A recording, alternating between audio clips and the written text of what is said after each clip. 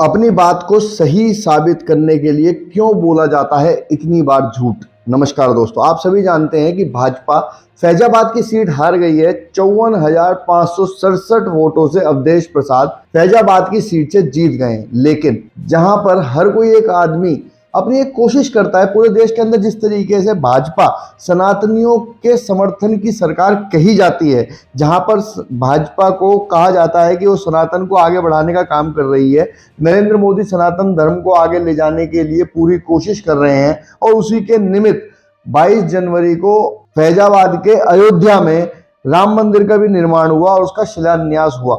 लेकिन जब भाजपा फैजाबाद की सीट हार गई तो पूरे विपक्ष ने, बल्कि पूरे देश में सोशल मीडिया में बाढ़ सी आ गई है और वहीं भाजपा को ट्रोल किया जा रहा है और हर किसी सनातनी को पकड़कर पूछा जा रहा है कि अयोध्या की सीट भाजपा क्यों हारी, अयोध्या वासियों ने भाजपा को क्यों हराया, जबकि सही मायनों में वो सीट फैजाबाद सीट है। और हमें ये समझना होगा कि फैजाबाद सीट की वजह से पूरे सोशल मीडिया पर सनातनियों को टारगेट किया जा रहा है। कई साधु संत ये मानसिक परेशानियों से भी क्षुब्ध है कि ऐसा क्यों हो रहा है, सोशल मीडिया पर क्यों उन्हें टारगेट किया जा रहा है। इसी के लिए अभी देवकीनंदन जी का भी एक वीडियो सामने आ रहा है जिसमें कि उन्होंने कहा है कि सनातनियों को, अयोध्या वासियों को, या फिर आप राम मंदिर को क्यों टारगेट कर रहे हैं, जबकि ऐसा नहीं है। ये केवल एक जीत और हार का विषय है। हम आपको बता दें कि अधिकांश नैरेटिव जो कि विपक्ष सेट करता है, क्योंकि कहीं ना कहीं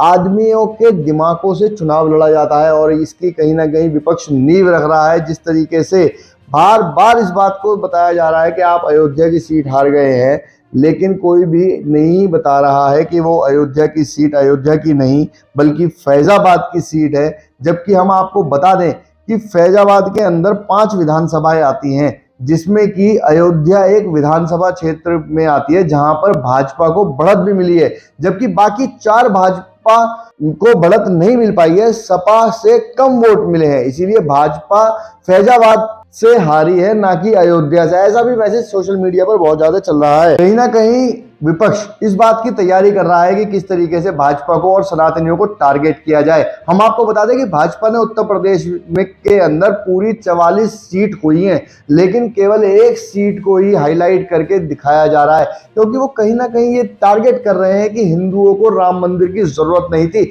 हिंदुओं को जरूरत नहीं थी कि वहां पर राम मंदिर बने, हिंदुओं के लिए कुछ बड़ा महत्वपूर्ण काम नहीं हुआ है। इसी पूरे नैरेटिव को सेट करने की कोशिश में विपक्ष अपना काम कर रहा है। हम आपको बता दें कि भाजपा ने अभी तक की खबरों के अनुसार ही नहीं बल्कि ये प्रत्यक्ष है कि 44 सीटें खोई हैं, लेकिन उन 44 सीटों की बात ना करते हुए केवल अयोध्या को टारगेट किया जा रहा है। वो भी अयोध्या को टारगेट किया जा रहा है, फैजाबाद सीट को नहीं किया जा रहा है। जबकि अधूरी जानकारी जनता को बताई जा रही है कि अयोध्या से भाजपा हार गई, जबकि भाजपा अयोध्या से नहीं हारी, फैजाबाद सीट से हारी है। और यह सब उन राजनेताओं द्वारा किया जा रहा है जिनको आखिरी दिन तक राम मंदिर का विरोध करने का बहाना देखना था। कोई ना कोई बहाना उन्होंने देखा कि किस तरीके से वो राम मंदिर का विरोध करे। जो भाजपा का कोर वोटर है सनातन, कहीं ना कहीं विपक्ष उसके दिमाग को कमजोर करने की कोशिश कर रहा है कि देखिए, सनातनियों ने अयोध्या हरा दी, सनातनियों को राम मंदिर की आवश्यकता नहीं थी, तो आप क्यों पड़े हैं सनातनियों के चक्कर में। लेकिन हम आपको बता दें, इस पर भी ध्यान देने वाली बात है कि भाजपा फैजाबाद में हार गई, वैसा ही जैसे भाजपा गाजीपुर में हारी, बारामूला में हारी, हैदराबाद में हारी, मुर्शिदाबाद में हारी, आदि में हार गई। आप कहीं ना कहीं विपक्ष इस पूरे मुद्दे को उठाकर भाजपा के ऊपर तंज कस रहा है और आने वाले चुनावों में अपनी रणनीति को तैयार कर रहा है। भाजपा के सामने ये बहुत बड़ी चुनौती है कि किस तरीके से अयोध्या के नाम को कमजोर किया जा रहा है, उसको रोका जाए। क्यों सबसे बड़ी बात यह है कि अयोध्या के अंदर जितना भी विकास हुआ, अयोध्या के अंदर जितने भी पर्यटक वहां पहुंच रहे हैं, वहां पर दुनिया की ही नहीं बल्कि भारत की सबसे महंगी जमीन होती चली जा रही है, वहां पर रोजगार बढ़ रहा है, वहां पर विकास हो रहा है। कहीं ऐसा ना हो कि सोशल मीडिया की ट्रोलिंग के चक्कर में सोशल मीडिया पर जो ट्रेंडिंग होता है उसको बहुत ज्यादा जगह मिल जाती है, और कहीं ऐसा ना हो कि अयोध्या के अंदर जाने वाले पर्यटकों की संख्या कम हो। इसीलिए सरकारों को इस पर कोई ना कोई एक्शन जरूर लेना चाहिए।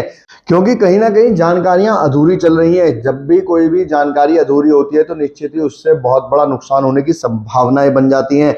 जैसा कि अगर सोशल मीडिया पर अयोध्या को टारगेट किया जा रहा है, अयोध्या में भाजपा हारी ऐसा टारगेट किया जा रहा है, तो बल्कि इसमें ये होना चाहिए कि भाजपा फैजाबाद सीट हारी है, जबकि अयोध्या की एक्चुअल स्थिति में तो भाजपा वहां से चुनाव जीत ही रही थी। हम आपको बता दें कि करीब 4.78% वोट लल्लू सिंह को कम मिला अवधेश प्रसाद के मुकाबले, इसीलिए अवधेश प्रसाद 54,000 वोटों से जीत गए। देखना होगा कि आने वाले समय में सोशल मीडिया जिस तरीके से अयोध्या को ट्रोल कर रहा है उसका वो ट्रोल करना कब बंद करेगा, क्योंकि अयोध्या सीट भाजपा हारी तो है लेकिन वो सीट फैजाबाद के अंदर आती है। इसको भी हमें ध्यान रखना होगा और देखना होगा कि सोशल मीडिया पर जो ट्रोलिंग है उसको कब तक अयोध्या वालों को झेलना पड़ेगा। अगर आपको ये खबर अच्छी लगी हो तो हमारे चैनल को सब्सक्राइब करें, वीडियो को ज़्यादा से ज़्यादा शेयर करें और ऐसी खबरों के लिए हमारे साथ जुड़े रहें। धन्यवाद।